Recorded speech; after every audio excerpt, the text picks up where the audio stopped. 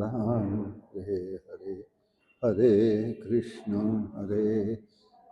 कृष्ण कृष्ण हरे हरे, हरे राम राम राम हरे हरे, हरे कृष्ण कृष्ण कृष्ण हरे हरे, राम राम राम हरे हरे, हरे कृष्ण कृष्ण कृष्ण हरे हरे, हरे राम राम राम हरे हरे, हरे कृष्ण कृष्ण कृष्ण हरे हरे, हरे राम राम राम हरे हरे, हरे कृष्ण कृष्ण कृष्ण हरे हरे, हरे राम राम राम हरे हरे, हरे कृष्ण कृष्ण कृष्ण हरे हरे, हरे राम राम राम हरे हरे, हरे कृष्ण कृष्ण कृष्ण हरे हरे, हरे राम राम राम हरे हरे, हरे कृष्ण कृष्ण कृष्ण पुंडलीकवरदाहरि विठ्ठल श्री ज्ञानदेव तुकाराम, अवधूत चिंतन श्री गुरुदेव दत्त, भगवान गोपाल कृष्ण महाराज के जय, भगवान श्रीधर स्वामी महाराज के जय, अम्बा माता की जय, जय जय रघुवीर समर्थ। ओम पूर्णमिदं पूर्णात् पूर्णमुदच्यते, पूर्णस्य पूर्णमादाय पूर्णमेवावशिष्यते। नमः शान्ताय दिव्याय सत्यधर्मस्वरूपिणे, स्वानन्दामृततृप्ताय श्रीधराय नमो नमः। कृष्णाय वासुदेवाय हरे परमात्मने, प्रणतक्लेशनाशाय गोविन्दाय नमो नमः। नमो देवै महादेवै शिवायै सततं नमः, नमः प्रकृतिभद्रायै नियता प्रणतस्मता, सर्वमङ्गलमाङ्गल्ये शिवे सर्वार्थसाधिके, शरण्ये त्र्यम्बके गौरी नारायणी नमोस्तुते। हरि ओम।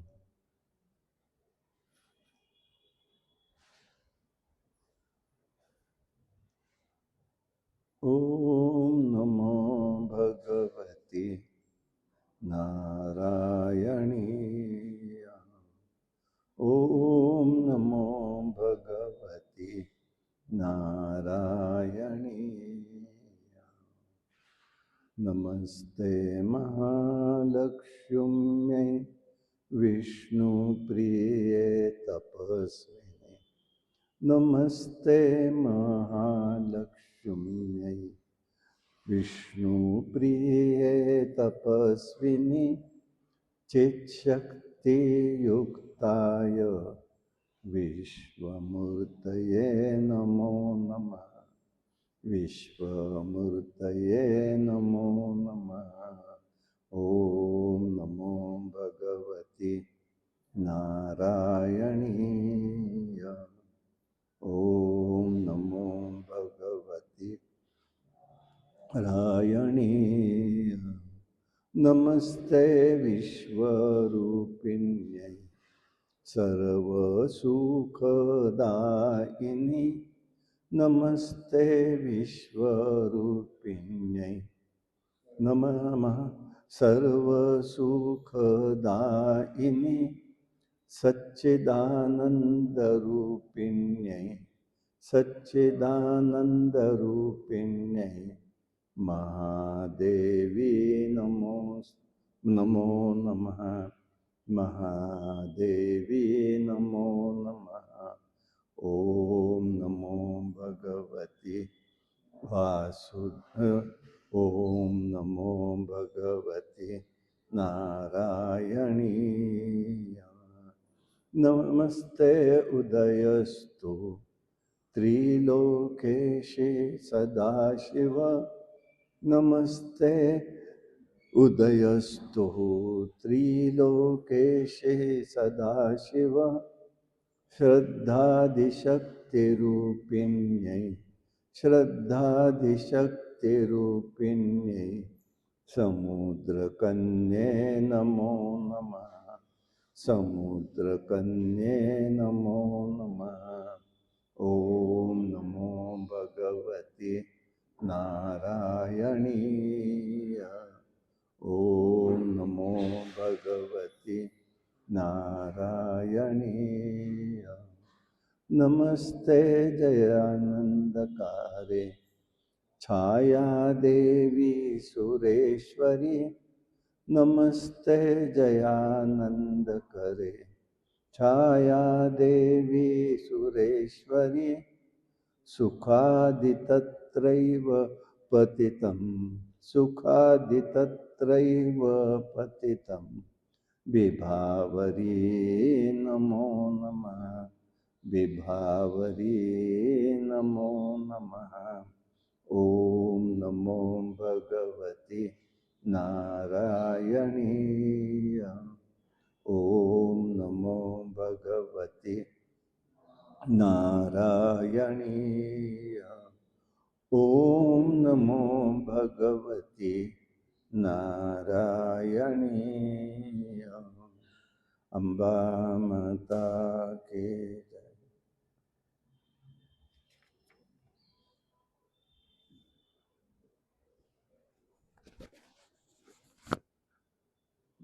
नवमीचे दिवशी नवदिवसाचे पारणे सप्तशती जप हो महावने सद्भक्ती करुणी हो। षड्रस अन्ने नैवेद्यासी अर्पियली भोजनी हो। आचार्य ब्राह्मणा तृप्त केले कृपे करुणी हो। उदो बोला उदो अंबाबाई माऊलीचा। उदोकारे गर्जती काय महिमा वर्णो तिचा। उदो बोला उदो अंबाबाई माऊलीचा। अंबा माता की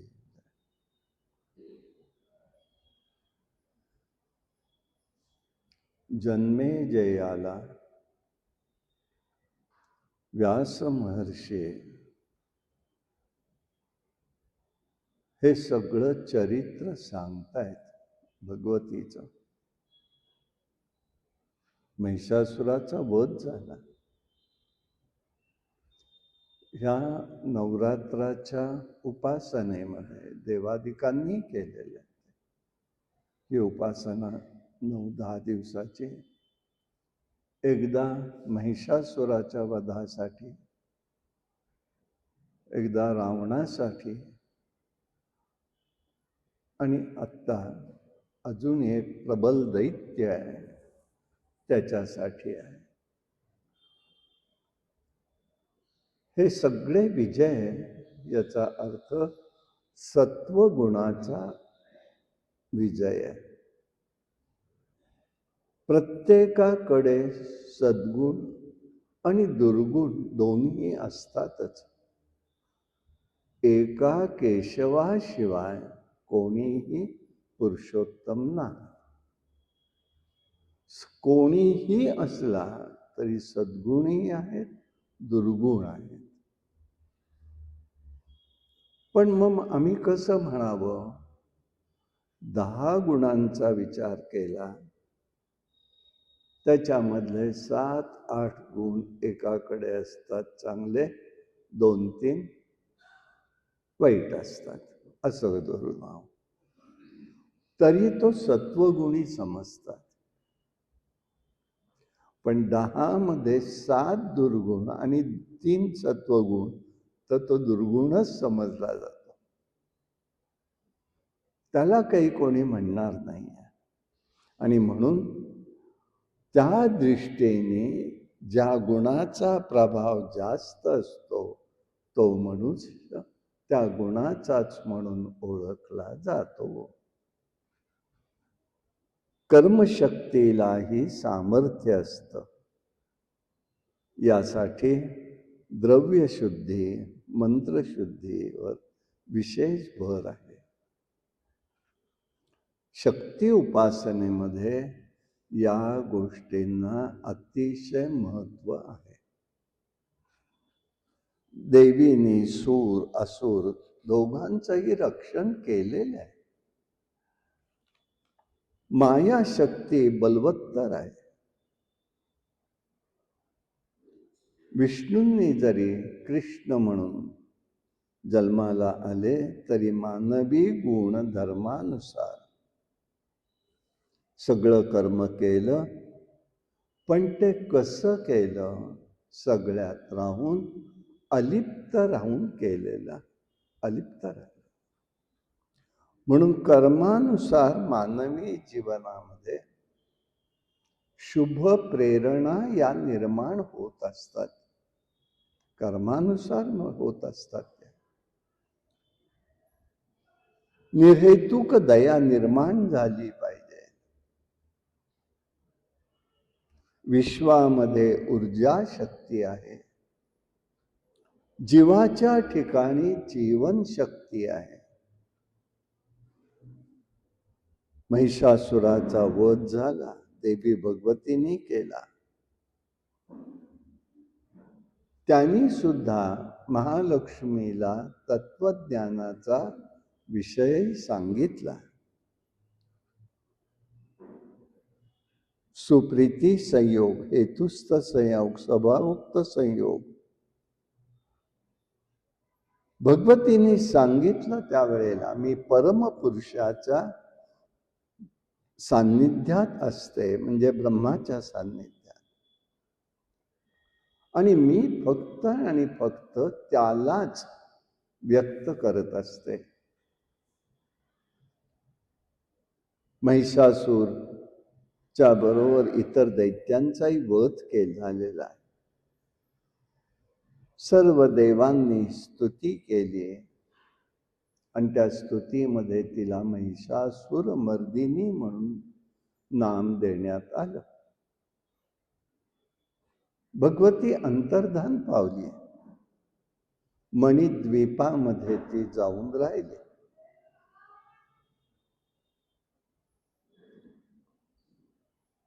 महिषासुराचं राज्य शत्रुघ्नकडे सुपूर्द झालं. त्यांनी धर्मराज्य स्थापन केलं होतं. धर्माचं फलित कशात असतं? तर प्रजा सुखी राहते. धर्म कार्यामध्ये रत असते. वेळेवरच पाऊस पडतो. आत्ताचं सगळं वातावरण अधर्माचं फलित आहे. गेले काय 3-4 वर्ष आपल्याला जो नैसर्गिक असमतोल दिसतो त्या पाठीमागचं कारण हेच असावं.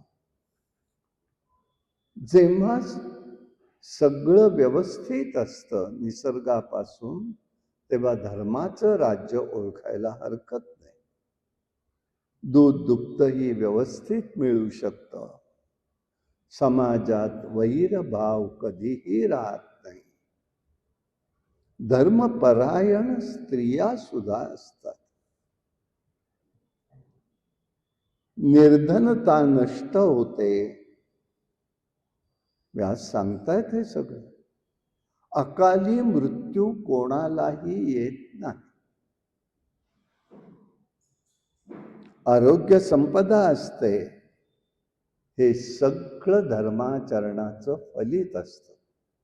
आता दुसरी बाजू त्याच्यात आहे की जरीही अनारोग्य झालं तरी ते सुसह्य करून देणं किंवा त्याच्यामध्ये संपदा लाभणं किंवा ते मार्ग मिळणं कर्मानुसार ते येतं, लक्षात ठेवा. आत्ताचंच असेल असं नाही, मागच्याही कर्म आहे. पण ते जरी कर्मानुसार आलं तरी त्याला मार्ग मिळून देण्याचं कार्य हा धर्माचं कार्य आहे.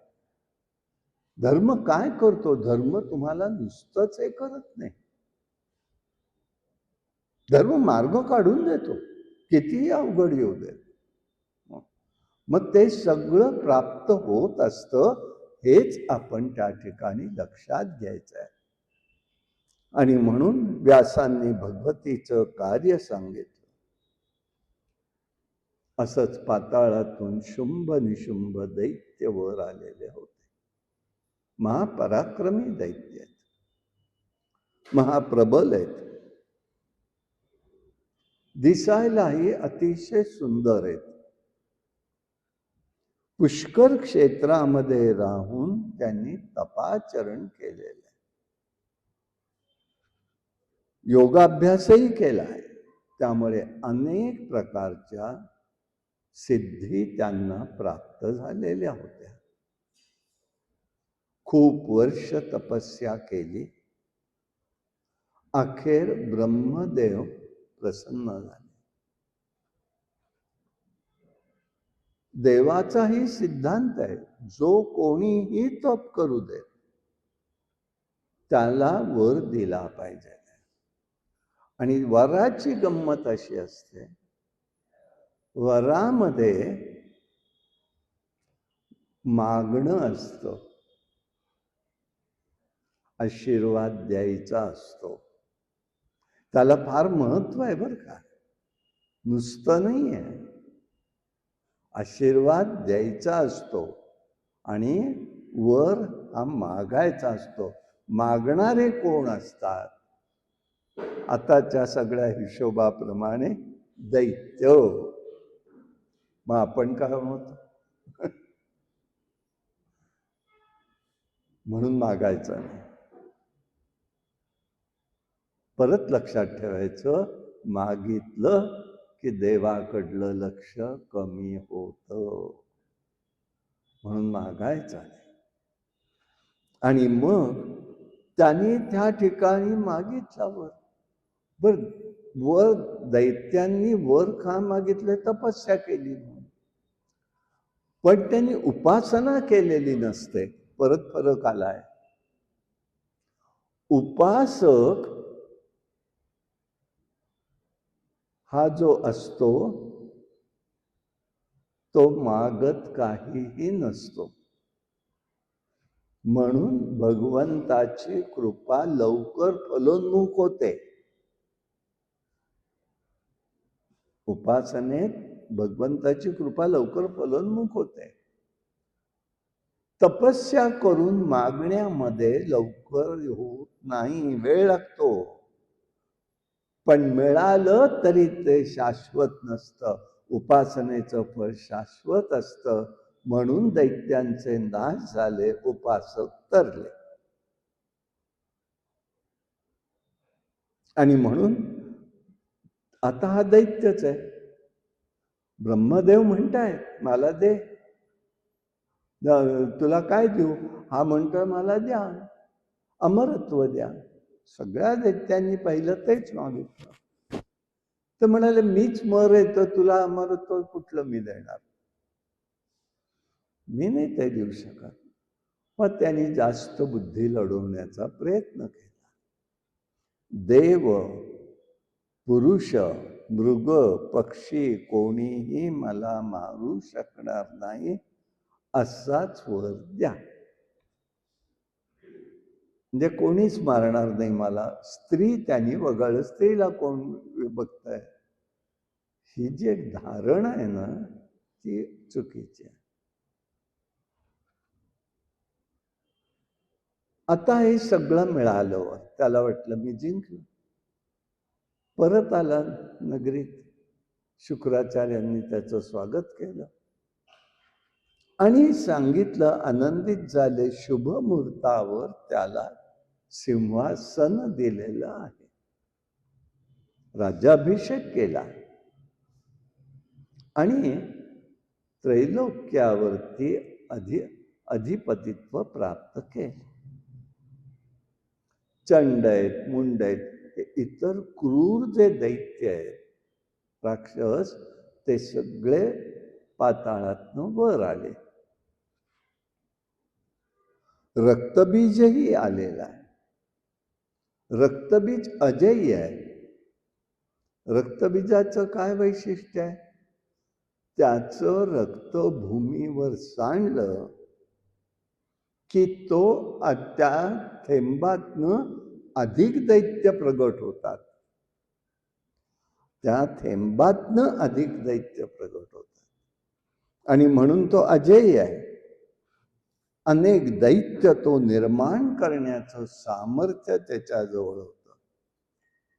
सर्वांच्या मदतीने त्यांनी विश्व पादाक्रांत केलेलं आहे. त्रैलोक्य भरून गेलं. सर्व देव पदभ्रष्ट झालेले. असं आहे पारमार्थात असो, संसारात असो. एक गोष्ट नक्की आहे, सुख आणि दुःख दोन्हीही टिकत नसतं. दोन्हीही टिकत नसतं. म्हणून एक पूर्वीच्या काळामध्ये, पूर्वकाळात मोठी मंडळी असं म्हणायचे, आठवत असेल तर तुमच्याही लहानपणी. कोणी माणूस गेलं की आवेग असतो, त्यावेळेला इतर मोठी लोक म्हणतात, असू दे, येऊ देत आवेग, काळच त्याच्यावर औषध आहे, काळजी करू नका, होईल शांत. काळ जसजसा पुढे जातो तसतसं ते दुःख हलकं होत जात. हे काळ शिकवतोय का नाही? राहतंय का कोणाचं सुख किंवा दुःख? नाही राहतंय. आणि म्हणून सुखही दैवाधीन असतं, दुःखही दैवाधीन असतं. म्हणून परिस्थितीत बदल सतत घडत असतो. सर्व देव चिंताक्रांत झाले. पुष्कळ वर्ष सगळे देव हे त्याच्या तावडीत जे सापडले त्याच्याच अधीन राहिले. काही भूमिगत झाले. सध्याचा शब्द लगेच लक्षात येईल, भूमिगत झाले. तेव्हा काय करावं, अशा प्रकारची चर्चा त्यांच्यामध्ये झालेली आहे. बृहस्पतींबरोबर त्याची चर्चा झाली.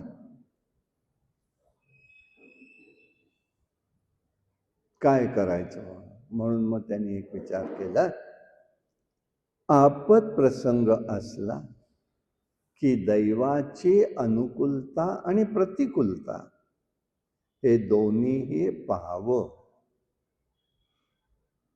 आणि गीतेमध्ये घटनेच्या मागचे 5 घटक सांगितले, त्याच्यात दैव सांगितलाय. 5वा कोणता घटक आहे? तर दैव आहे. कितीही चांगलं केलं, दैवात जर नसेल नीटपणे दैव, त्याला फलोन्मुक्ता येत नाही, यश येत नाही त्या घटनेला.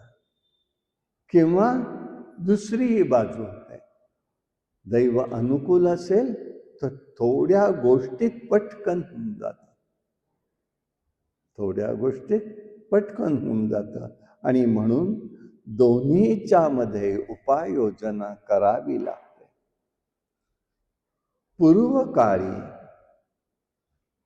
महालक्ष्मीच्या तेजात, महालक्ष्मी सर्व ऋषींच्या तेजातनं प्रगट झालेली होती. तेव्हा कैलासावर जाऊन आता अंबिकेची प्रार्थना त्यांनी केलेली आहे. सर्व देवांनी कैलासावर माया बीजाचं पुनश्चरण केलं, अनुष्ठान केलं. भगवती जगदंबा प्रसन्न झाली. सर्वांनी तिचं पूजन केलं, स्तुती केली.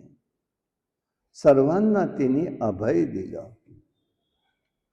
माया बीज मंत्राने भगवती प्रगट झाली.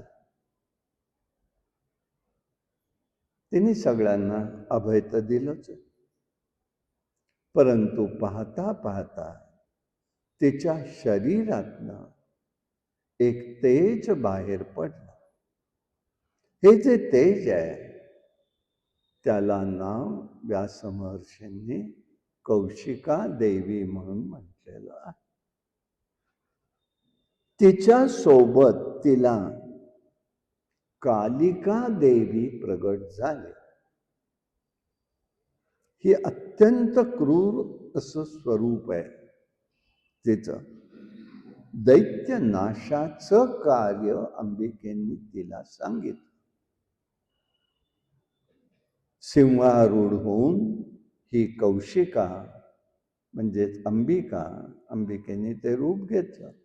तेव्हा ती त्या शुंभ निशुंभाकडे निघाले.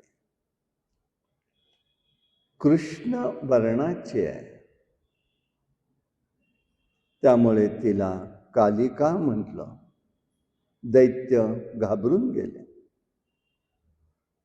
आणि तिने काय केलं, एका उपवनामध्ये ती गायन करत बसलेली.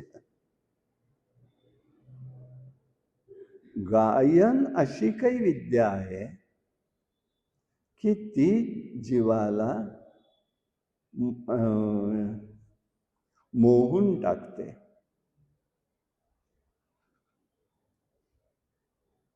आणि त्यावेळेला सगळे हेर ज्याला म्हणतो आपण, त्या शुंभ निशुंभांचे ते आजूबाजूला लोक होती. त्यांनी बघितलं की हे कोणीतरी त्या राजाचे म्हणजे शुंभ निशुंभांचे सेवक होते, ते त्या ठिकाणी आले. ही कृष्णवर्णीय स्त्री सुंदर गात आहे. तिचं सुंदर गाणं म्हणजे काय, पशु पक्षी सगळे स्थिर होऊन तिचं गायन ऐकतायत. मोहिनी जगावर पडावी असं स्वरूप होत. पण गायन कोणतं केलं तिने, शुंभ निशुंभ दैत्यांची स्तुती केली.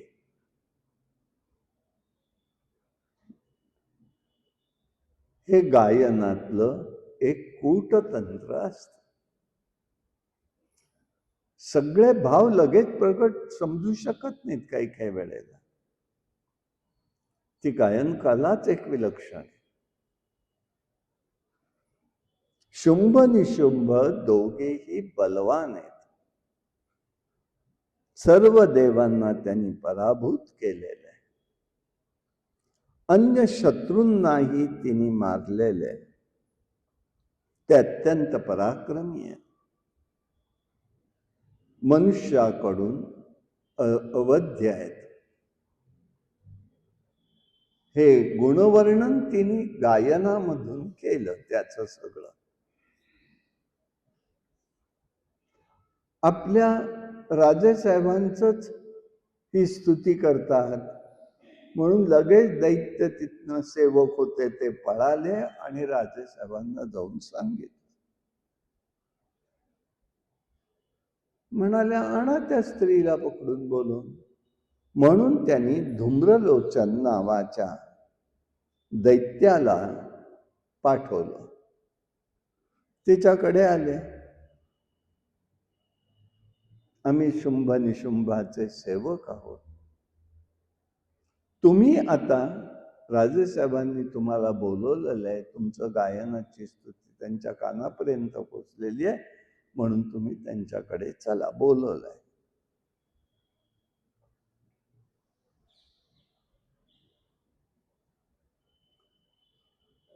इतकी स्तुती करतायत, ते आपल्याशी विवाहही करतील. तेव्हा लगेच तिने सांगितलं, हे बघा मी आत्ताच सांगते तुम्हाला, माझी पण एक प्रतिज्ञा आहे, जो कोणी माझ्या बरोबर युद्ध करेल त्याच्याशीच मी विवाह करेल, आणि जो जिंकेल युद्धात, ही कूटनीती याला म्हणायचं. एका बाजूला मोहिनीने आकर्षित करून घेतलं आणि दुसऱ्या बाजूला प्रस्ताव टाकला.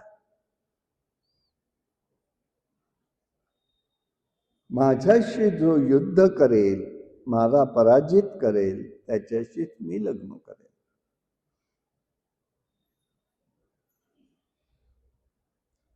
कदाचित असं म्हणाल, तुम्हाला वाटेल माझ्या बलाचा तुम्हाला अहंकार मला झालाय असं म्हणाल कदाचित.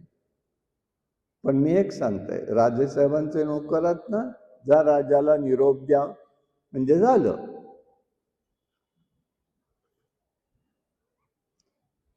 मग हे दैत्य सगळे गेले, त्यांनी निरोप दिला. ही स्त्री अत्यंत गर्विष्ठ दिसतीये म्हणाले, जा तिला घेऊन या. देव दानव कोणी तिचं सहाय्य करत असेल, आता हा दैत्य आहे, राक्षस आहे, म्हणून तो दानवाला शत्रू समजतोय. मी काल आपल्याला सांगितलंय की 3 भेद कसे आहेत. तो दानवालाही शत्रू समजतोय, म्हणून त्याला सुद्धा घेऊन द्या, त्याचा नाही आले तर नाश करा त्यांचा. मग धूम्रलोचन गेलेला, त्यांनी मन तिचं वळवण्याचा पुष्कळ प्रयत्न केला, पण मन वळेना. शेवटी म्हणाला, तुला काहीच करायचं नाही ना, मला कसंही करून आणायला सांगितलं, युद्धाला तयार हो, करतो, चालेल म्हणाले. तोपर्यंत कालिकेने पुढे होऊन त्याचा वध केलेला. शुंभ निशुंभाला धूम्रलोचनाच्या वधाचं समजलं. चंडमुंड तिथे आले,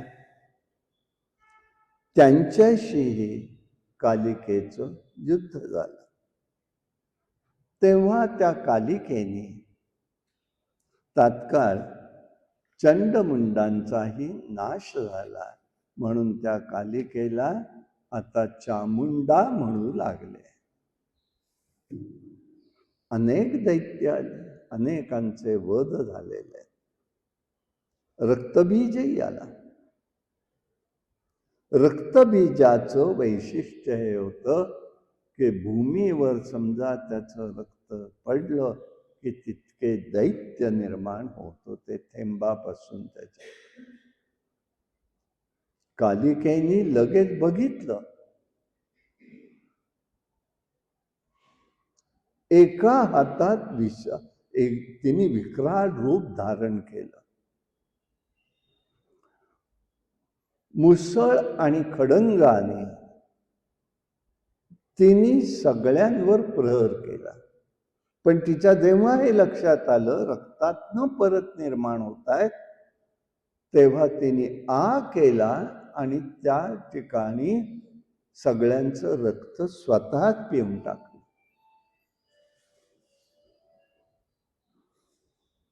हे सगळं बघून बाकीचे दैत्य तिचं विक्राळ रूप बघून निघून गेले.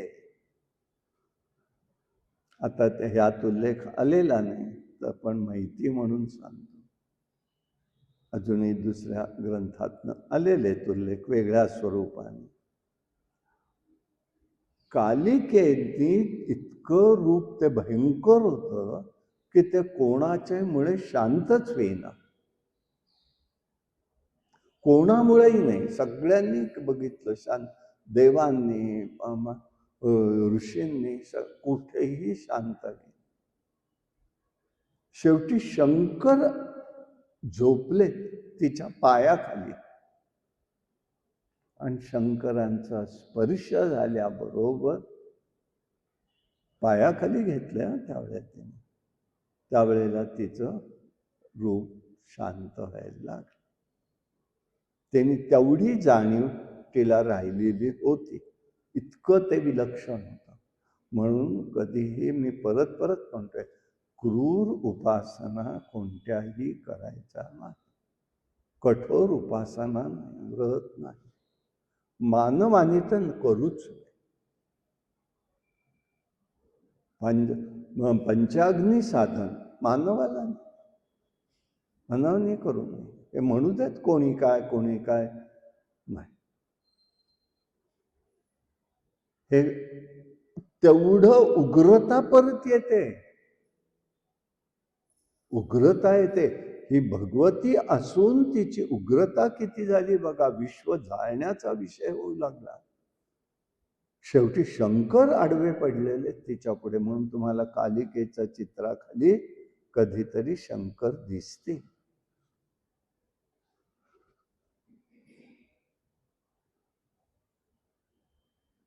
कौशिकेनी प्रहार करायचा आणि चंडिकेनी ते त्या ठिकाणी रक्त प्यायचं आणि तो मुंडमाळ गळ्यात घालायचे. म्हणून ती चामुंडा म्हणून झाली.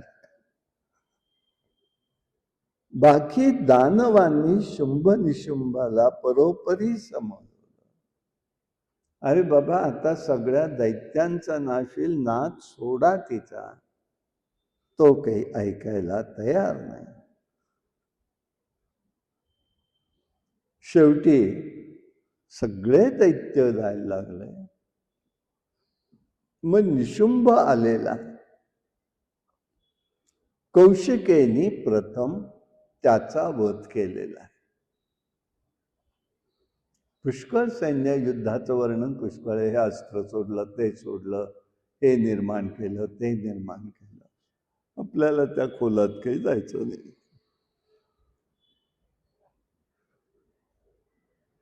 मग निशुंभ आला, शुंभ आलेला, निशुंभाचा वध झाला. शुंभ आला, त्याचाही भगवतीने वध केलेला आहे. म्हणून समर्थ म्हणतात, शुंभ निशुंभादिका दैत्य मारियले रणी हो, उदो बोला उदो अंबाबाई माऊलीचा. हे नवरात्राच्या उपासनेतले हे दोन महत्वाचे विषय येतात. 3 रावणाचा आता ह्याच्यात काही आलेलं नाही, पण ह्या निमित्ताने जे होतं त्या तिघांच्या चरित्रामध्ये तो उल्लेख प्राधान्याने येतो. ही चंडिका, तिची उपासना कोणी केली म्हणाले? तिची केली का कोणी उपासना? म्हणजे त्याला विचारण्याचा इतके उग्र आहे. तिची उपासना केली का कोणी? जन्मेजयाने विचारलंय तेव्हा त्यांनी सांगितलं, हो केली आहे म्हणाले. स्वारोचिष मन्वंतरामध्ये सुरथ नावाचा उत्तम राजा होऊन गेला. प्रजापालन करायचा, तत्पर होता, उदार होता, दानशूर होता. परंतु म्लेच्छांनी त्याच्याशी वैर धरून त्याच्यावर चाल केली, त्याचा पराभव केला. सुरथ वनामध्ये आलेला आहे.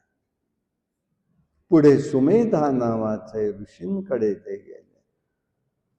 सुरथांनी सांगितलं, हे ऋषी, माझा मित्र, मी सचिंत आहोत, मनशांती आम्हाला प्राप्त होत नाही.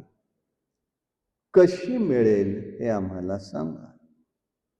ऋषी म्हणाले, मनुष्याजवळ 2 गोष्टी असतात आणि म्हणून त्याला शांतता कोण लाभत नाही. उत्तर दिलेलं, एक बंध असतो आणि बंधनामध्ये कधीही त्याला शांतता मिळत नाही. मन एव मनुष्याणाम कारणम बंध मोक्षयो. मनच म्हणतं मी बद्धतेत आहे, मनच म्हणतं मी मुक्त आहे. आणि म्हणून हे स्वरूप दिसून येतं. तर मला मनशांती कशाने लाभेल हे सांगा, असं तो सांगतायत. ऋषी म्हणाले, बाबा रे, सर्व देव, मनुष्य, गंधर्व, राक्षस, वृक्ष, लता, वेली पशु पक्षी सगळे जण मायेच्या पाशात असतात व कर्मानुसार बंधन आणि मोक्ष अवस्थेत राहतात. कर्मानुसार म्हणजे सतत सगळीकडे जर पाहिलं तर कर्मयोगावरती प्राधान्य आहे. आणि कर्मामधली निर्दोषता जेव्हा राहते तेव्हाच तो भक्तीकडे वळतो आणि परमात्म्याची भगवतीची कृपा आपल्यावरती होते किंवा आपण त्याचा अनुभव भक्तीचा त्याच्या प्रेमाचा घेऊ शकतो. आणि म्हणून ब्रह्मा विष्णू महेश सुद्धा रागाच्या कामाच्या बंधनामध्ये असतात. महामायेचा मोह निर्माण झाला किंवा ज्ञान उत्पन्न होऊ शकत नाही. एकदा त्या मोहात सापडलं ज्ञान होऊ शकत नाही. तेव्हा तिचं स्वरूप श्रेष्ठत्वाचं महत्वाचं आहे. प्रत्येक जीवाच्या इथे एक स्वरूप आहे आणि बलही आहे. ते अनादी आहे. कधीही उत्पन्न होत नाही, कधी नष्ट होत नाही. कारण पराशक्ती सदैव आहे. आणि म्हणून त्या पराशक्ती नित्या म्हटलेलं आहे. ही शक्ती क्षीणही होत नाही.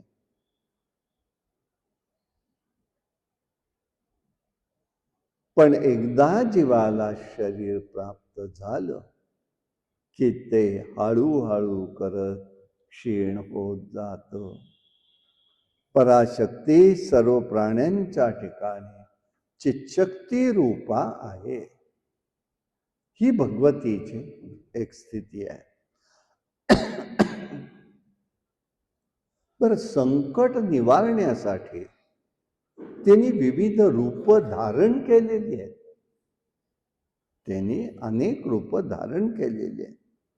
ती आपलं कार्य सज्जनांचं रक्षण करण्याकडे तिचंच कार्य चाललेलं आहे. परब्रह्म हा द्रष्टा आहे, म्हणजे साक्षी आहे. माया ही सृष्टा आहे, म्हणून ती सृष्टी आहे. ही मायेने निर्माण केलेली सृष्टी आहे. ही सृष्टी असल्याने, स्रष्टा असल्यामुळे तिला सृष्टी म्हणतात. ही शक्ती सृजनशील आहे. विस्तार करणं हे त्या मायेचं काम आहे. म्हणून विश्वजननी म्हणून सुद्धा तिला व्यासांनी संबोधले. ती पालनही करते, ती संवारही करते आणि मग पुन्हा उत्पत्तीकडेही नेते. मग आराधना कशी करावी तिची? तिची आराधना म्हटलं तर कशी करावी? माणसाने मंत्र, तंत्र आणि यंत्र या साह्याने करावे. विधियुक्त स्नान करावं. स्नान सगळेच करतात, पण स्नान विधियुक्त झालं पाहिजे. कमीत कमी एक गोष्ट सांगतो, तर पुढे जातो, बाकी खोलात जात नाही. फार विवस्त्र स्नान कधीही करू नये. संपलं, एकच. बाकी थोडं कमी अधिक झालं चालतं म्हणणार नाही मी, पण फारसं त्याच्यात दोष नाही. पण याच्यात दोष आहे. जलदेवतेचा अपमान असतो. आणि दुसरी गोष्ट त्यातली, विस्तार पुष्कळ सांगितलं, मग दुसरी गोष्ट त्यातली एक महत्वाची, अंघोळीला पाणी घेतलेलं एकदम सगळं संपवायचं नसतं. माणूस गेला की जी अंघोळ आहे ती सगळं पाणी संपवलं पाहिजे. म्हणून पूर्वीच्या काळामध्ये गंगाळ होतो की तुम्ही काहीही केलं तरी ते एक भांडभर पाणी का विना त्यात शिल्लक राहू शकत होतं. आता सगळ्या बादल्या आणि गंगाळी हॉलमध्ये शोरूम. असेल तर. म्हणून यांनी बारकाव्याने यांनी सांगितलेलं आहे. म्हणून महत्वाच्या गोष्टी फक्त मी सांगणार आहे. आणि त्यासाठी काय करायचं, आचमन बऱ्याच वेळेला येतात. केशवाय स्वाहा, नारायण स्वाहा, माधवाय स्वाहा, हे का येतं? मग त्या ठिकाणी भाव आहे ऋषींचा, हा बघितला पाहिजे ना. काय आहे तर पहिल्या ह्याच्यात पाणी जेव्हा पळीवर घेतो आपण, त्याच्यात मनशुद्धीचं सामर्थ्य असतं. दुसऱ्यांदा पाणी घेतो तेव्हा वातावरण शुद्धी असते. रोगट हवा, रोगट जंतू, हे जे सगळं वातावरणात उभं राहतं त्याला प्रतिबंध असतो. पानाभोवती चित्राहुती का आहेत? पानाभोवती चित्राहुती काय? तर जे अदृष्ट आपल्या जड चर्मचक्षूंना दिसत नाही असे जीवाणूंना सुद्धा त्याला अन्नांश पाहिजे असेल तर ते घ्यायला येतात. पण जेव्हा पाण्याचा ओघ असतो किंवा पानाभोवती पाणी जर असेल तर ते पुढे येऊ शकत नाहीत. बंधन आहे, मर्यादा आहे. मग त्यांना आम्ही उपाशी ठेवायचंय का? नाही. म्हणून चित्राहुती आहे. चित्राय स्वाहा, चित्रगुप्ताय स्वाहा, हे सगळं ठेवायचं आहे. सर्व प्राणीभ्यो स्वाहा. मग ते घेतात सगळं, त्याच्यात येऊन घेतील, पण तुमच्या अन्नाकडे बघणार नाही. आता बफेलो टाईप काय उत्तर देणार? दोष कसे येतात हे माहिती म्हणून सांगतोय.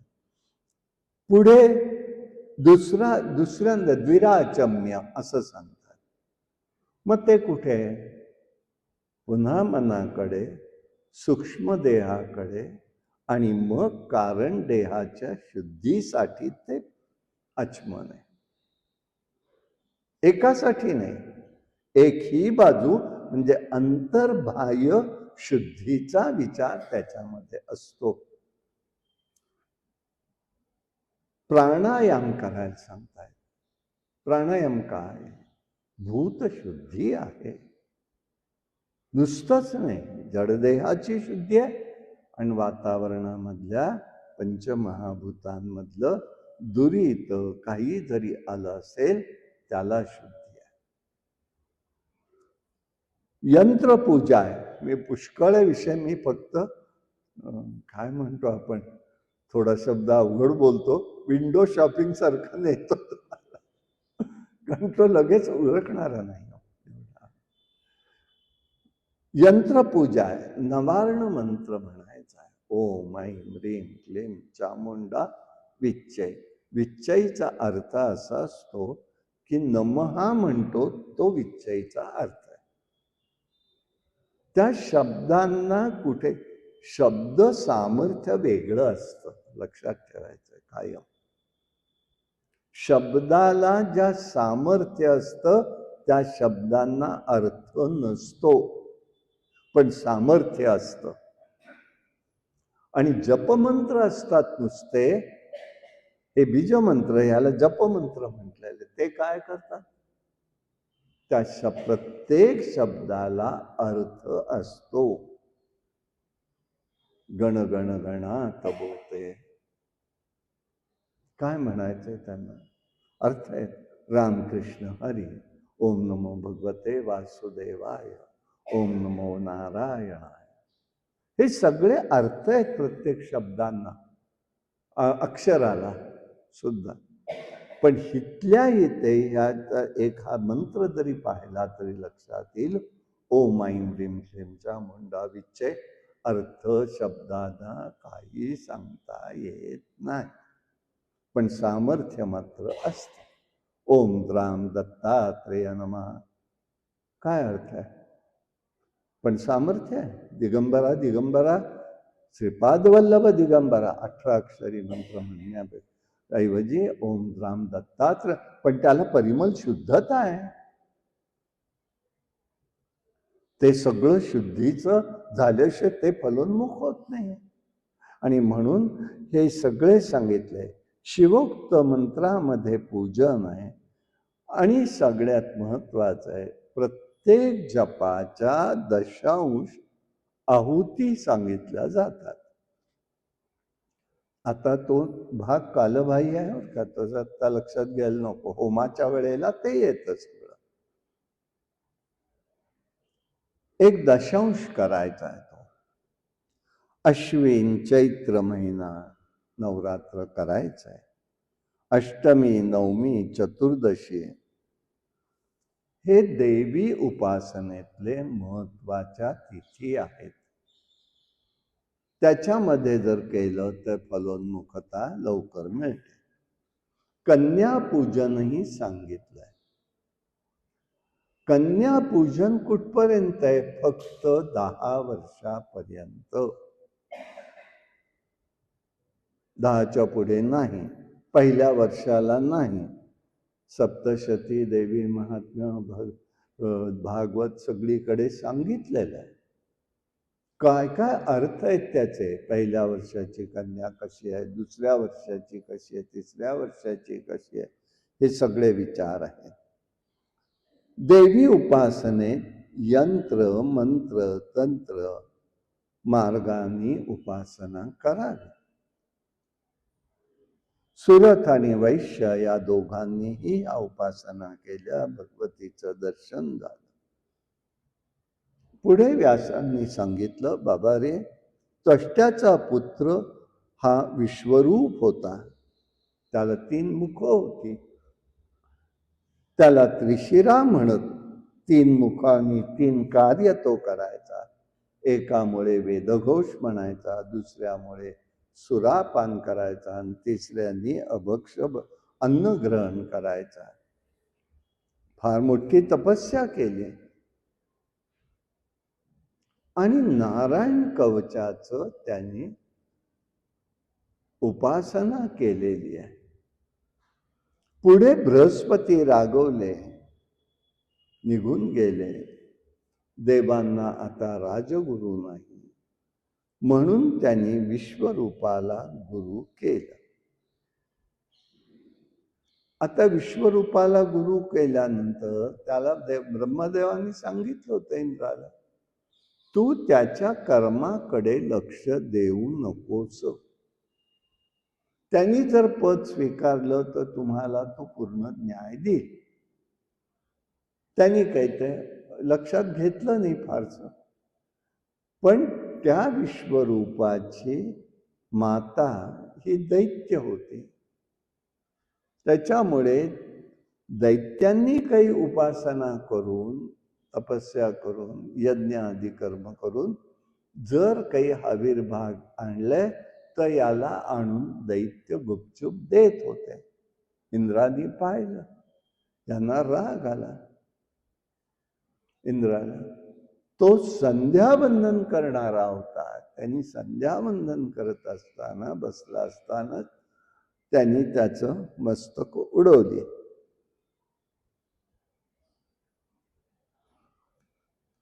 आणि मग आता ब्रह्महत्या घडली त्याच्या हातून. ब्राह्मणाचं तो संध्यावंदन करणार आहे, त्वष्ट्याचा मुलगा आहे.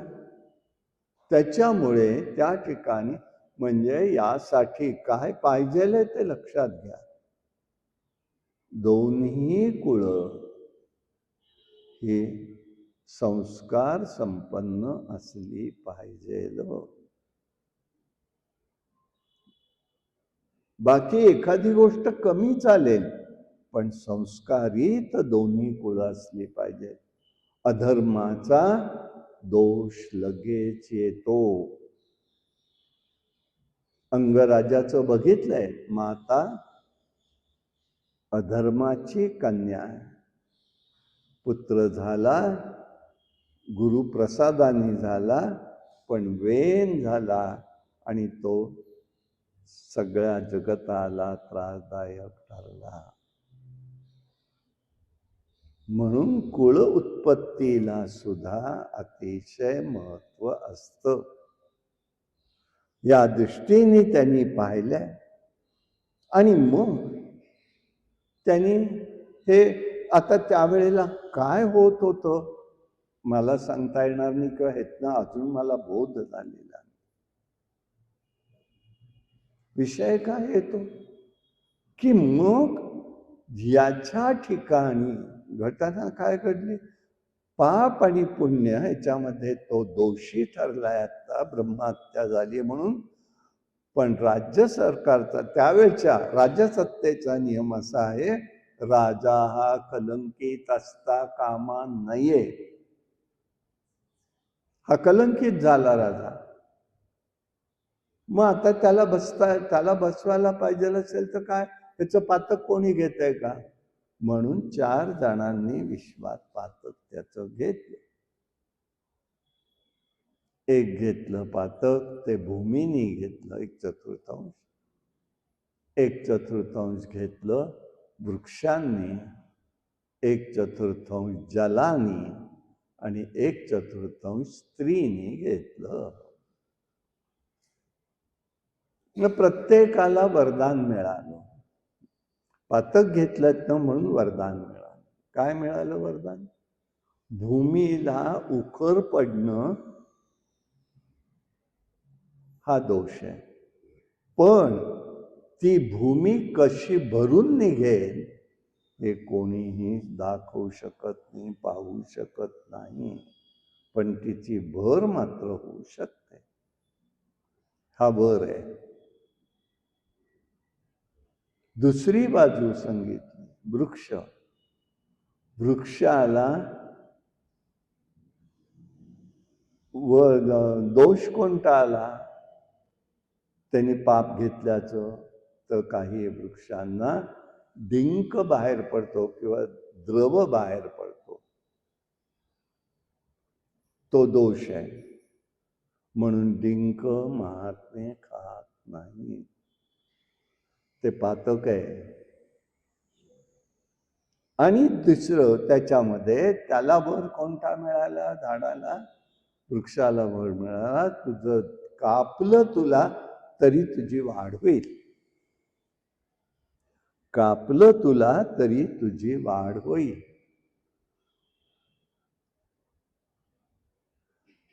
तिसरी गोष्ट आली जलाला. जलाला बुडबुडे येतात. जलाला सुद्धा रजस्वलपण आहे. पहिला पाऊस येतो, त्या पावसाचं नदी वाहायला लागली, त्यात स्नान कोणी करत नाही, ते पाणी कोणी पित नाहीत. आताच मी सांगू शकत नाही, पण इथे त्यांनी सांगितलेलं सांगतो, ते घेऊ नये. म्हणून बघा त्याच्यात समुद्र फेस असतो, ते पातक आहे. फेस जो असतो ते पातक आहे, पाण्याचं पातक आहे ते, पण त्याचा औषधी गुणधर्म दिलाय. हे वरदान आहे. तसं स्त्रीला रजोगुण आलेला आहे. तोपर्यंत मैथुन सृष्टी नव्हती, हिते सुरू झाली, म्हणून त्याचं पालन आहे. अशा प्रकाराने हे सगळं झालं. आता त्या ठिकाणी त्वष्ट्याला राग आला, माझ्या मुलाला उगीच मारलं, म्हणून त्याने यज्ञ केला. वक्रासूर नावाचा दैत्य प्रगट झाला त्यातून, आणि त्यांना इंद्रावरती त्यांनी स्वारी केलेली. त्याला ब्रह्मदेवाकडून वरही मिळाला होता. लोह, काष्ठ, शुष्क, आर्द्र वेळूनी बनवलेल्या शस्त्रांनी कशानेही मला मृत्यू येणार नाही, देवांकडून मी जिंकला जाणार नाही, या वराने वक्रासुराला पदलोक क्रांत करता आलेला आहे. शेवटी वक्रासूर आणि इंद्र यांच्यामध्ये भांडण झालं. आणि त्यावेळेला संध्या मैत्रीचा तह होऊन ते भांडण थांबलं. बरेच दिवस झालेलं होतं आणि मग त्यांनी त्या ठिकाणी त्याला मारण्याचं नियोजन करायचं ठरवलं. म्हणून दधीची ऋषींची अस्थी घेऊन त्यात, कारण याला कोणाकडून नको होतं ना, तर मग आता अस्थी त्यात आलेल्या नाहीत, म्हणून दधीची ऋषींच्या अस्थी मागून घेतल्या आणि मग त्यांचा वध त्या अस्त्रींनी केलेला आहे.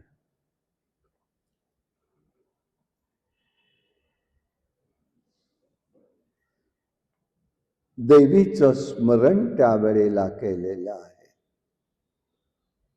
तेव्हा त्याला अधिकारही कसा आला, तर वृत्रनिहंत्रा वृत्रहंता म्हणून भगवतीला प्रगट करून घेतलं, तिला नाव हे दिलेलं आहे आणि मग तिचा वध करून त्याच्याकडून वध झालेला आहे.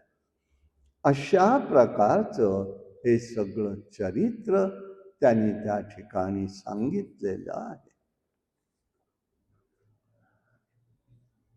सकाळपासून संध्याकाळपर्यंत नित्य नैमित्तिक कर्म सांगितलेले आहे. आता काल स्वरूपाने त्यात परिवर्तन घडणं स्वाभाविक आहे आणि तसं ते होऊ शकतं. नित्य नैमित्तिक कर्म करावी, सत्कर्म करावी, निंद्यकर्म करू नये. कर्माच्या सहाय्याने मनुष्य स्वतःचा उद्धार करू शकतो. यासाठी बुद्धी स्थिर राहण्यासाठी, संकटामध्ये धैर्य प्राप्त होण्यासाठी सदैव धर्माचरण घडलं पाहिजे. धर्माने मनुष्य ज्ञानी होतो, आयुष्यमान होतो, त्यामुळे पातकांचा नाश होतो. काय आहे, अनेक असे काही गोष्टी पाहण्यात आल्या की परमार्थामध्ये त्याला पॅरामीटर नसतो. काय भुललासी वरलिया रंगा. त्यामुळे होतं काय, अनेकांची फसगत होते, अनेकांची. उदाहरण त्यातलं एक सांगतो. आम्ही काय भक्तीच्या मार्गाने जातो, आम्हाला हे काही पसंत नाही, आम्ही काही करणारच नाही, आम्ही काही करत नाही. एक भक्ती केली की झालं. आम्ही वारकरी म्हणतील आम्ही भजन केलं, कीर्तन केलं की झालं, आम्हाला काही त्याच्याशी कर्तव्य नाही. माऊलींनी सांगितलं योग याग विधी तेणे नव्हे सिद्धी, हे सांगितलंच आहे. मग आम्ही कशाला करायला पाहिजे, ती बंधनं कशाला पाळायला पाहिजे? अरे कशासाठी म्हटलंय, येणे नव्हे सिद्धी म्हणजे कशाची सिद्धी हे कळलंय का? नाही. त्यांनी एक वर्ग निर्माण होत गेला आणि शेवटी कशातच राहिले नाही. मी सांगतो तुम्हाला, असे काही लोक आहेत की त्यांनी संध्यावंदन करणारे थोडंफार का विना आचरण करण्याला परावृत्त केलेलं आहे. स्वतःही केलं नाही आणि लोकांनाही परावृत्त केलं.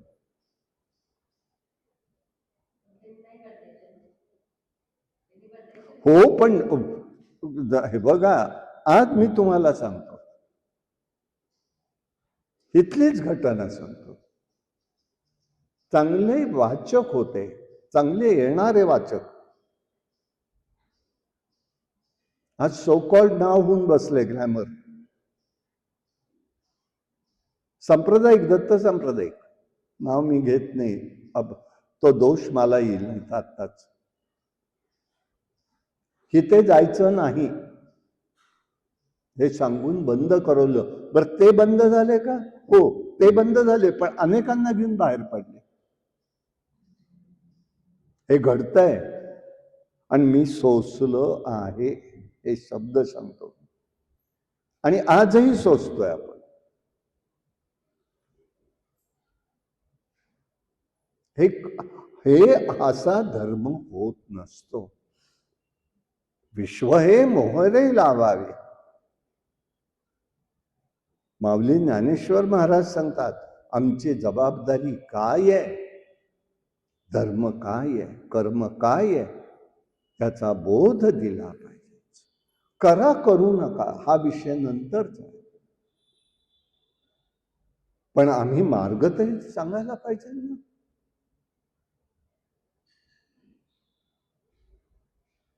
आता साध्यातली साधी गोष्ट सांगतो, साध्यातली साधी. सांगणारे सांगत नाही, ऐकणारे ऐकत नाही, ऐकणारे ऐकतात. ते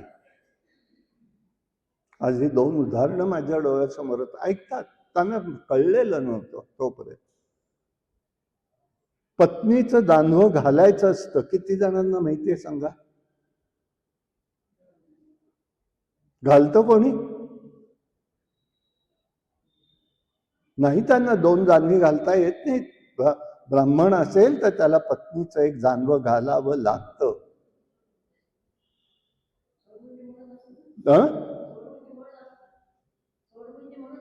नाही नाही नाही, त्याचा संबंध धरूच नका.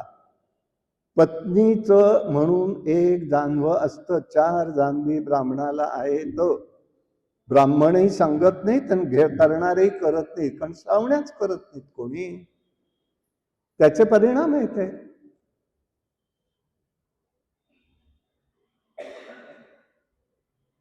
म्हणून आचाराला हे बघा, सगळा जमणार नाही ह्याची पूर्ण खात्री आहे. खात्री बोलतोय मी, खात्रीने सांगतो.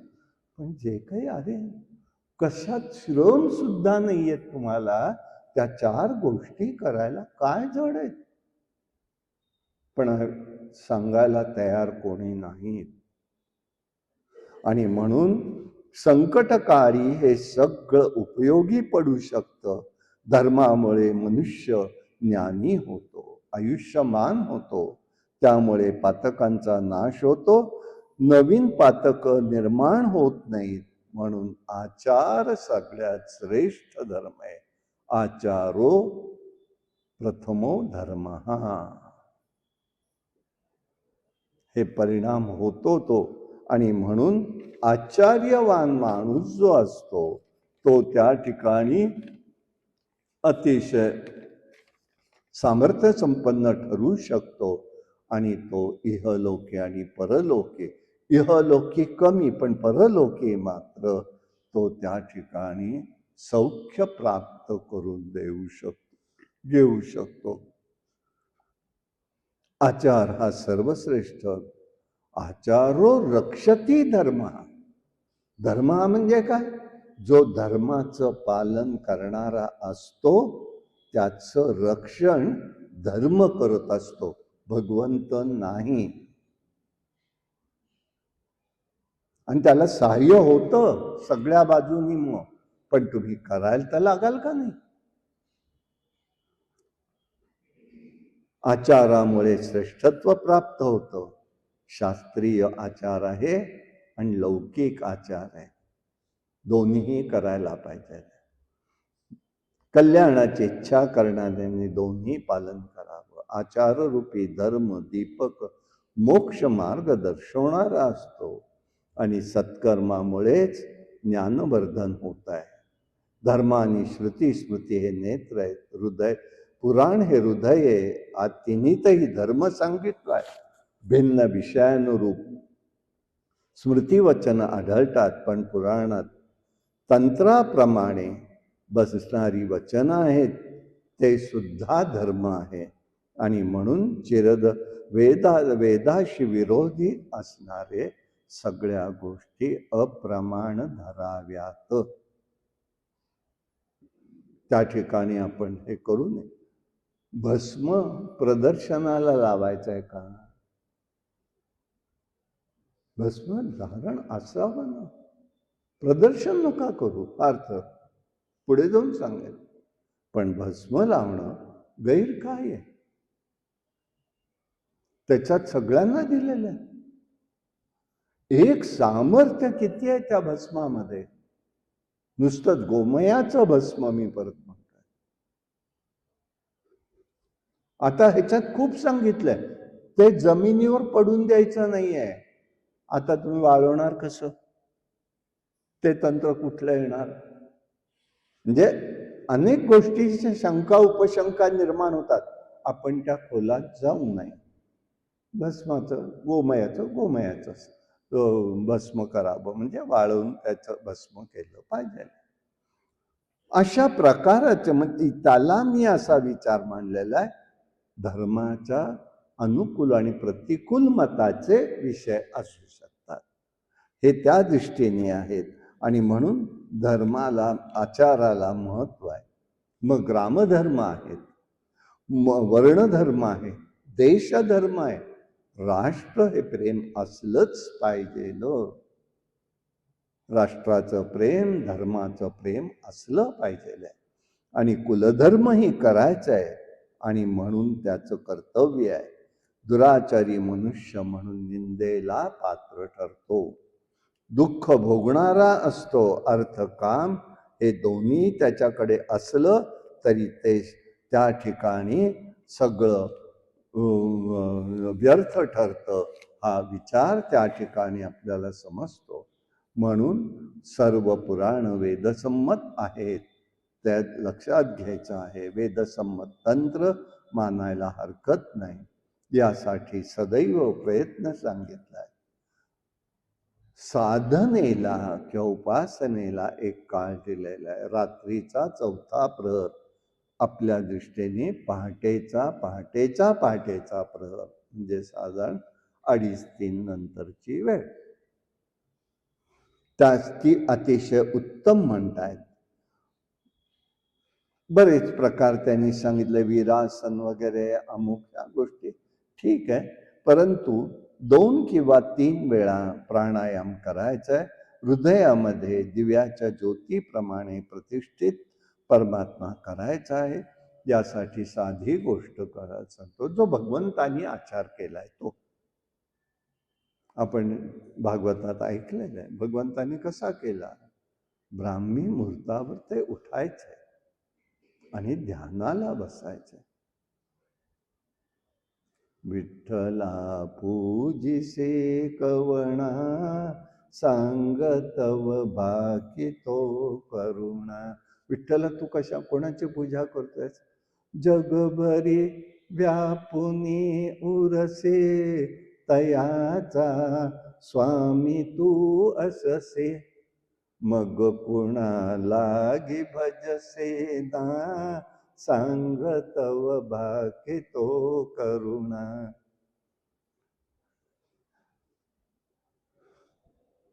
अजात शत्रुला नरकी, सुयोधना नेत तू नाके. कूट हे कठीण उकले ना, सांगतव बाकी तो करुणा. भक्त जे एक भक्तीने, स्तविती तुझ नित्य नियमाने. समजलो नमित तू त्यांना, सांगतव बाकी तो करुणा. तू कोणाचं पूजन करतोय? भक्तांचं करतोय. आणि मग त्यांनी स्नान केलंय. उठल्या काय केलंय? आम्हाला वाटतंय काय आम्ही हे सगळं करायचंय, स्नान करायचं?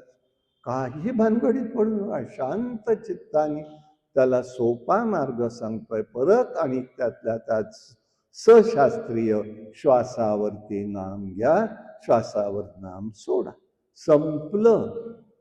आणि आठवेल तसं परमात्मा आपलं उपास्य दैवत आपल्या समोर आणायचं. आपलं उपास्य दैवत आपल्या समोर. नामाचा प्रभाव काय आहे? नाम आठविता परी प्रगट पै जाहला. आणि त्याला ज्ञानेश्वर महाराज म्हणतात, सोनियाचा दिवस आजे अमृते मी पाहिला. हे त्या ठिकाणी व्हायला पाहिजे. बऱ्याच गोष्टी त्यांनी सांगितल्या. मग त्या ठिकाणी हे सगळं स्वरूप प्राणायाम करायला सांगितलंय. प्राणायामाने त्या ठिकाणी प्राणावर त्या ठिकाणी आपल्याला नियमन करता आलं पाहिजे. त्याचं उदाहरण सांगतो का ते, की जर समजा आपलं प्राणोक्रमण होण्याची वेळ वाईट असेल तर आपला काळ तो पुढे गेला पाहिजे. हे लक्षात येण्याइतके स्वतःच स्वतःला कळू शकतं. म्हणून आणि साधा प्राणायाम म्हणतच नाही मी त्याला. श्वासावर लक्ष ठेवायचं, श्वास घ्यायचा, श्वास सोडायचा. पुरं कुंभक रेचक सुद्धा सांगत नाहीये. करायला पाहिजे नाही असं नाही, पण ते प्राणाचे जे सगळे प्रकार आहेत ना, तेवढ्या खोलात जाऊ नका. जाऊ नये असं नाही. ज्याला शीघ्र आहे, तीव्रता आहे, त्यांनी जमत असेल तर त्याचाही अभ्यास करावा. 8 मात्रा घ्याव्यात, 16 मात्रा कोंडाव्यात, तिसऱ्या ह्याच्यात 3 पटीने सोडायचं. अहो, एवढं टिकायला आता सध्याचा काळ आहे का? तशी शारीरिक परिस्थिती आहे का प्रत्येकाची? उगीच सांगण्यात काय अर्थ राहतो? श्वासावर तर आपल्याला आपलं समजू शकतं ना. श्वास घेतोय, श्वास सोडतोय, हे नियमन आहे आणि हे ते करायचं. अशा प्रकाराने हे सगळं त्यांनी त्याच्या योग क्रिया सांगितल्या. कुंडलिनी जागृतीचा विषय मांडलेला आहे आणि कुंडलिनी ही जगदंबा म्हणून त्यांनी मांडलेली आहे. आणि ही शक्ती योगाभ्यास साधनेतली महत्वाची आहे. म्हणून भगवतीची गोष्ट म्हणजे काय आहे? शक्ती काय आहे?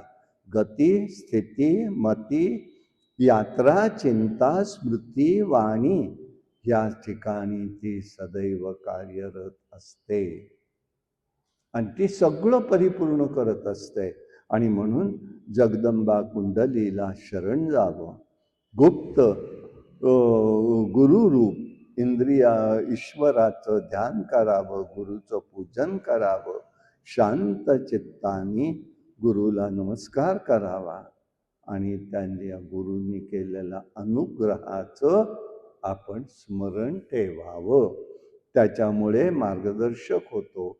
आणि म्हणून त्या ठिकाणी सांगतायत यदुराजाला उपदेश करताना, अवधूत जो जो जयाचा घेतला गुण, तो मी गुरु केला दान. गुरुची पडले अपारपण, जग संपूर्ण गुरु दिसे. आपण जर खरंच असं बघायला लागलो की असं लक्षात येईल, माझ्यासारखा कोणीही या जगात दोषी नाही, मीच एक दोषी आहे.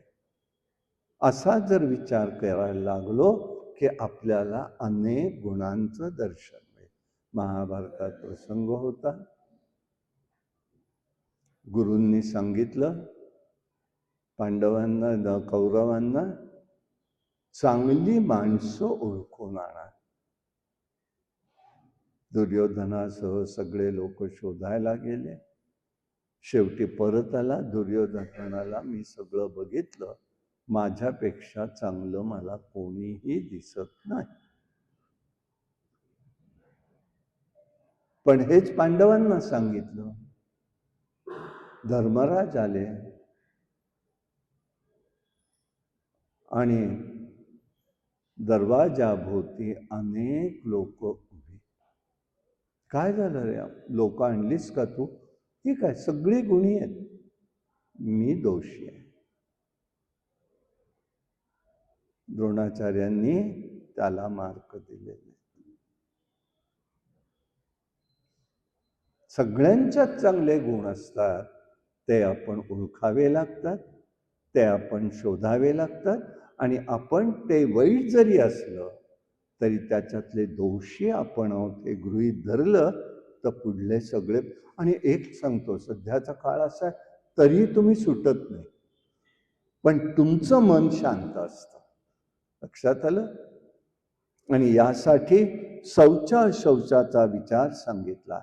आचारहीन व्यक्तींनी जसं वेदांगाच्या षडंगाचा अध्ययन केलं असलं तरी पवित्र मानत नाहीत. पंख तुटलेला पक्षी जसा घरट्यापासून दुरावतो, तसं आचारहीन मनुष्य हा समाजापासून दुरावला जातो. यासाठी ज्ञानी मनुष्य ब्राह्ममुहूर्तापासून आचाराचं पालन करतो आणि इष्टदेवतेचं ध्यान करतो. जीव ब्रह्माचं एकत्व होतं, असं कर्म पवित्र असतं आणि तो जीवनमुक्त होतो. पवित्र काळ कोणता, असा त्यांनी प्रश्न विचारला. ते म्हणाले, रात्रीचा अंत होताच 55 घटिका याच्या पुढे सगळा पवित्र काळ असतो. आता घटिकात वगैरे समजणार नाही, मी माहिती म्हणून फक्त तो उषक काल, अरुणोदय, हे सगळे त्यांनी घटका सांगितले आहेत. उषक काल काय आहे, प्रातःकाल काय आहे, घटिका का, अरुणोदय काय आहे, आणि त्याच्यानंतर सूर्योदय काळ काय आहे आणि सकाळ काय आहे, कुठपर्यंत. म्हणून स्नान करताना कधी करायचंय, सूर्योदयाच्या आधी किंवा अगदी सूर्योदयापर्यंत 1 प्रहरापर्यंत, ते सकाळचं स्नान, नीरस्नान. पहाटेचं स्नान, आता उदाहरण म्हणजे लगेच लक्षात आहे, काकड आरतीचं ते स्नान, आकाशगंगेचं स्नान, नंतरचं स्नान सूर्योदयापर्यंत हे नीरस्नान आहे. माध्यान्ह काळचं स्नान, 10-11 नंतरचं स्नान हे रक्तस्नान आहे. सांगतायत ते. मग आम्ही रक्तस्नान करायचं का नाही ते ठरवा. करतो का, करत असू तो बदल होणार आहे का. मग म्हणा बाकीचं आवरायचं असतं, ठीक आहे ना, तुम्हाला तसंच वाटतं ना, परत करा ना स्नान, पण पहिलं स्नान तर कराल की नाही मुहूर्ताचं. आता आठवलं म्हणून सांगतो, उद्याचा विजया मुहूर्त, प्रत्येक विजयादशमीच्या दिवशी विजय मुहूर्त असतो. लक्षात आलं. तर उद्याला जो आहे तो 2:15 ते 3:15 हाच काळ आहे फक्त. तेव्हा त्या काळात उगीच काही धडपड करायचं कारण नाही. पण निदान जर काही जमलं तर पूर्वीच्या काळामध्ये ह्या अशा विजय काळ बघून आपले पेशवे म्हणा किंवा युद्धाला जाणारे राजे युद्धाला जायचे, म्हणजे सीमोल्लंघनाला जायचे. नाही, दुपारी, उद्या दुपारचा आहे तो. त्यावेळेला आपण उपासक आहोत, जमलं त्याच वेळेत उपासना करा. खूप काही मिळेल मी अजिबात म्हणत नाही, पण वाया जाणार नाही. त्यांनी विजय काळ सांगितलेला आहे. मग आपला जप असेल, ध्यान असेल, काही साधना असेल, त्यावेळेला जमलं करा. उगाच ओढाताण, धावपळ, चिडाचिड आणि घरच्यांना आपल्या मला करायचंय, मला कोण डिस्टर्ब करू नका, काही सांगायचं नाही बरं का. नाही तर लगेच सांगतील आज्ञावीत, अजिबात ऐकायला जायचं नाही. असलं काही नाही करायचं. आपल्याला सुसह्य होईल एवढंच करायचं. कारण हे सगळे प्रतिरोधक आपल्या भोवती असतातच. आणि ह्यात काय, हे करून काय तुम्हाला मिळणार आहे, काही म्हणू दे. इथे त्यांनी विजय काळ म्हणून सांगितलाय, तोही एक आपल्या कानावर असू दे. जेव्हा वेगाने श्वासोश्वास सुरू होतो त्यावेळेला मलमूत्र आणि थुंकी त्याग करू नये. श्वासोश्वासाचा किती सूक्ष्म विचार आहे बघा. मी आता त्याच्या खोलात जात नाहीये. अशा प्रकाराने, आणि त्यांनी आयुष्य क्षीण होतं बरं का. म्हणून शांत राहावं. आणि म्हणून मी रागाची व्याख्या परवा सांगितली, त्याच्यावर ती लक्षात ठेवा कायम, म्हणजे मग तुम्हाला त्याच्यात जास्त विसर पडणार नाही. यज्ञ, दान यावेळेला मौन धरावं. जप करताना शक्यतो मौन धरावं. शौच, बाकी ह्या गोष्टी सांगितल्या.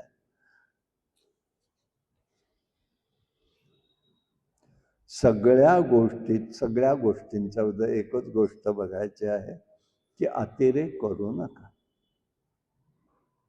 कुठल्याही गोष्टीचा अतिरेक करू नये. अशा प्रकाराने त्यांनी हे सगळं शौचाधिक विचार सांगितलेले आहेत. भगवतेचे हे स्वरूपही त्यांनी सांगितलं आणि यासाठी या सगळ्या गोष्टी त्यांनी आपल्या पुढे मांडलेल्या आहेत. आणि मग त्यांनी पुढे आपल्याला असं सांगितलं,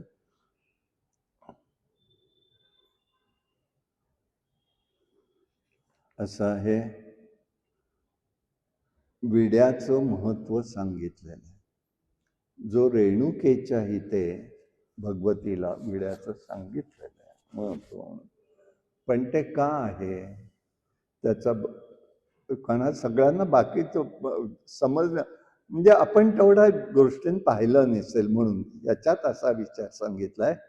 देवी भगवतीला पुत्रांनी मारलं जमदग्नींच्या अनुज्ञेने, परंतु पतिव्रतेचा भंग विचारांनी झाला हे बरे नव्हे.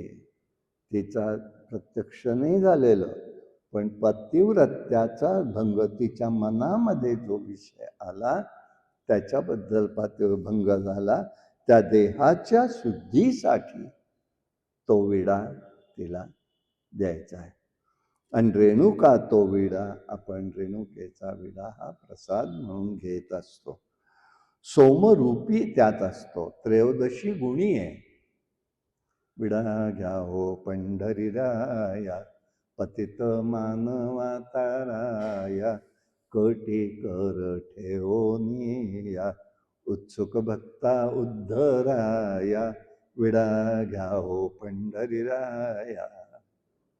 बुद्धीची नागवेली, वासनेने खोडीली, वैराग्य सुधाल्याली, विवेक सुपारी शोभली, विडा घ्या हो पंढरीराया.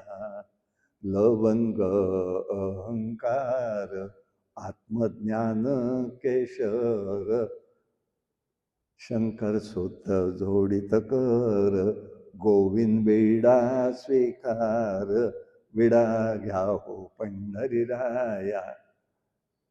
द्यावा ना, काय बिघडलंय? भाव आहे का पण तो? अशा भावात गेलं ना सगळे दोष जातात. आणि म्हणून या ठिकाणी शंकर, पार्वती, परशुराम हे सगळं जरी असले तरी सुद्धा त्या ठिकाणी परशुरामांनी जरी ते कर्म केलं असं सकृत दर्शनी वाटलं तरी त्या ठिकाणी त्याला आपल्या पित्याच्या सामर्थ्यावर विश्वास होता की पित्याकडे सामर्थ्य आहे, ते परत मातेला जिवंत करते. तुला काय देऊ विचारल्यावर त्यांनी सांगितलं, आईला जिवंत करा, भावांना जिवंत करा, पण त्यांना मी मारल्याचं स्मरण राहता कामा नये. याचाच अर्थ आहे नात्यातलं आसक्तीचं प्रेम नष्ट होणं. प्रत्यक्ष नाही आहे, त्याला एक उपमेने ते सांगितलेलं आहे. आणि मग त्यांनी पुढे रुद्राक्षाचं स्मरण हे सगळं सांगितलं. मग रुद्राक्षाचं स्वरूप सांगितलं. शंकर पूजनीय स्वरूप आहे. ब्रह्मदेवांच्या वराने त्रिपुरासूर दैत्य मदांध झाला होता. ऋषी मंडळी देवता त्यांच्याकडे गेले, शंकरांकडे गेले. त्रिपुरासुरांनी त्राहिमाम सगळ्यांना केले. शंकर रागवले, लाल झाले, अघोरी शस्त्र वापरण्याचं ठरवलं. परंतु ते अघोरी शस्त्र शंकरांनी प्रगट केलं, पण ते तेज शंकरांनाही सहन झालं नाही. त्यांच्या डोळ्यातनं पाणी वाहू लागलं. ते पाणी जे व्हायले त्याचे 2 थेंब भूमीवर पडले आणि त्या थेंबातनं रुद्राक्ष झाड निर्माण झालं. म्हणून अक्ष म्हणजे डोळा आणि रुद्र म्हणजे शंकर, शंकरांच्या डोळ्यातल्या अश्रूंपासून निर्माण झालेले रुद्राक्ष आहेत. आणि ह्या रुद्राक्षाला भव्यता आहे. एकूण 38 प्रकारचे रुद्राक्ष आहेत. कंठी बांधिता 32, मस्तकाभोवती 24, सहसा कर्ण पुण्यविशेष, बांधिता निर्दोष सर्वदा. पंचमुख, षडमुख, अष्टमुख, चतुर्दशमुख, लक्ष्मीकारक हे सगळी स्वरूप त्यांनी सांगितली आहेत. आणि म्हणजे लीलामृतातही आहे, शिवपुराणातही आहे, गुरुचरित्रातही आलेलं आहे. म्हणून एकमुखी रुद्राक्ष आगळा पूजिता भाग्य विशेष. आणि मग 2 मुख म्हणजे पार्वती शंकर, 3 मुख म्हणजे अग्निरूप दत्तरूप, 4 म्हणजे कुबेराचं रूप, 5 म्हणजे कालाग्नीचं रूप आहे, लक्ष्मीकारक आहे. कार्तिक 6 म्हणजे कार्तिकेय स्वरूप, 7 म्हणजे अनंग नामक सप्तर्षी, 8 म्हणजे गणेश स्वरूप आणि 9 म्हणजे भैरव आहे, 11 म्हणजे जनार्दन स्वरूप आहे, 10 म्हणजे 11 म्हणजे एकादश रुद्र, 12 म्हणजे आदित्य रूप महाविष्णू, नंतर 13 म्हणजे सिद्ध रूप कामदेव संतुष्ट होतो, 14 मध्ये प्रत्यक्ष शंकर आहे, सात्विक आहार खायचा आहे. हे रुद्राक्षाचे अर्थ आहेत, बरेच आहेत, या सगळ्याचा प्रभाव आहे. त्याच्यानंतर सात्विक आहार घ्यावा, कांदा किंवा लसूण खाऊ नये साधकांनी, उत्तेजक पदार्थ खाऊ नये, उडीद खायचे नसतात. उडीद का आहेत? ते गणांचं भक्ष्य आहे. गण म्हणजे शिवगण जे आहेत आपल्या जेव्हाभोवती, त्यांच्यासाठीचं असतं ते म्हणून वर्ज्य आहेत. अशा प्रकारचा आहाराचे शुद्ध परिणाम सांगितले. त्याच्यामध्ये ताजा किंवा पवित्र आहार कोणता? शिजवल्यानंतर 3 तासाच्या पर्यंतच तो आहार पवित्र किंवा हे राहतो. सकाळचं संध्याकाळी, संध्याकाळचं सकाळी आणि केव्हाही नाही. मी परवा ऐकलं असंच की आम्ही आमच्या इथे वेळ नसतो, परदेशातल्या एकाची घटना ऐकली. जेव्हा सुट्टी असते तेव्हा भराभरा मशीनवरती, ते मला माहिती नाही त्यातलं काही, मशीनवर आम्ही कणिकेचे गोळे तयार करून ठेवतो आणि आम्हाला जेव्हा वेळ मिळेल तेव्हा आम्ही पोळ्या करतो. बाकी ठेवायचं कुठे? फ्रीजला. दोष आहेत बरं का, माहिती सांगतो फक्त, करायचं करा तुम्ही, तो काही माझा विषय नाही. आणि अन्न हे शुचिर्भूतेने शिजवलं गेलं पाहिजे. सुचिता म्हणजे अगदी नऊवारी साडी मी म्हणत नाही, सणावाराला ठीक आहे, कासे विणं नको म्हणून नऊवार. कुठलंही धर्मकार्य आपल्याकडे कासे विण करूनही पुरुष आणि स्त्रियाने, म्हणून ते आहे. आता पालन करायचं न करायचं त्याचा विषय, पण निदान मी कमीत कमी एवढं म्हणतो, अंघोळ करून तरी स्वयंपाक करा. पारुषाचा स्वयंपाक कोणीही असू देता, सगळ्यांसाठी आहे, एकालाच म्हणत नाही, एका वर्गासाठी सांगत नाही. असे पुष्कळ गोष्टी सांगितल्या. आता उद्या विजयाचं चरित्र बघू आणि आपला हे सत्र भगवतीला समर्पण करू. आपण थांबूया. काय नवाचा मनसेंद्रिय वा बुद्ध्यात्मा वा प्रकृती करोमि यद्यं सकलं परस्मै नारायणाय ते. हरि ओम तत्सत. विठ्ठल विठ्ठल विठ्ठल विठ्ठल. पुंडलिक वरदा हरी विठ्ठल श्री ज्ञानदेव तुका अवधूत चिंतन श्री गुरुदेव दत्त. भगवान गोपाल कृष्ण महाराज के. अंबा माता के जय. जय जय रघुवीर. भारी तुझविण संसारी, अनाथनाथे अंबे करुणा विस्तारी. वारी वारी जन्म मरणाचे वारी, हारी पडलो आता संकटनी. जय देवी जय देवी जय महिषासुरमर्दिनी, सर्वरीश्वर वरदे तारक संजीवनी. जय देवी जय देवी त्रिभुवनी भवनी पाहता तुझय सेना. चारी समलय परंतु न बोलवे काय, चारी विवाद पडला पडलो ते तू भक्ता लागे पाप. देवी जय देवी जय सुरमर्दिनी, सुरवरेश्वर वरदे तारक संजीवनी. जय देवी जय देवी प्रसन्न वदने प्रसन्न मूर्ती निर्वासा. क्लेशापासून सोडी तोडी भक्तासा. अंबे तुझ वाचून कोण तो विलास, नरहर कल्याण जय देवी जय देवी जय महिषासुरमर्दिनी सुरवरेश्वर वरदय तारक जय देवी जय देवी अश्विन शुद्ध पक्षी अंबा बैसली वासनी हो प्रतिपदे पासनी घटस्थाप ते करुणी हो मूल मंत्र करुणी भोती रक्षक ते उनी हो ब्रह्मा विष्णु रुद्र आईचे पूजन करती हो उदो बोला उदो कावे गर्जती काय महिमा वरुणती चाव उदो बोला उदो बाबाई माऊली चाव द्वितीयेचे दिवशी मिळते 64 योगिनी हो सकळामध्ये श्रेष्ठ परशुराम जननी हो मळवट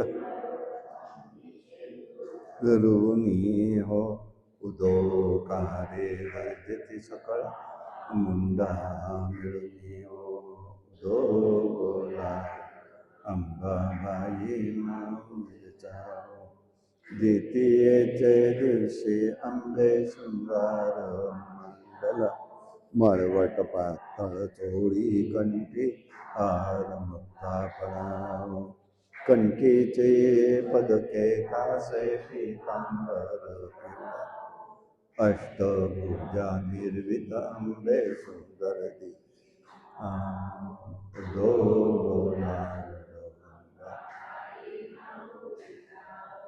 चतुर्थीचे दिवशी विश्वव्यापक जननी हो उपासका पाच बेप्रसन्न अंतःकरणी हो पूर्ण रूपे पासे जगन्माते मनमोहिनी भक्ताच्या माऊली सुरदेती लोकांना उदो बोला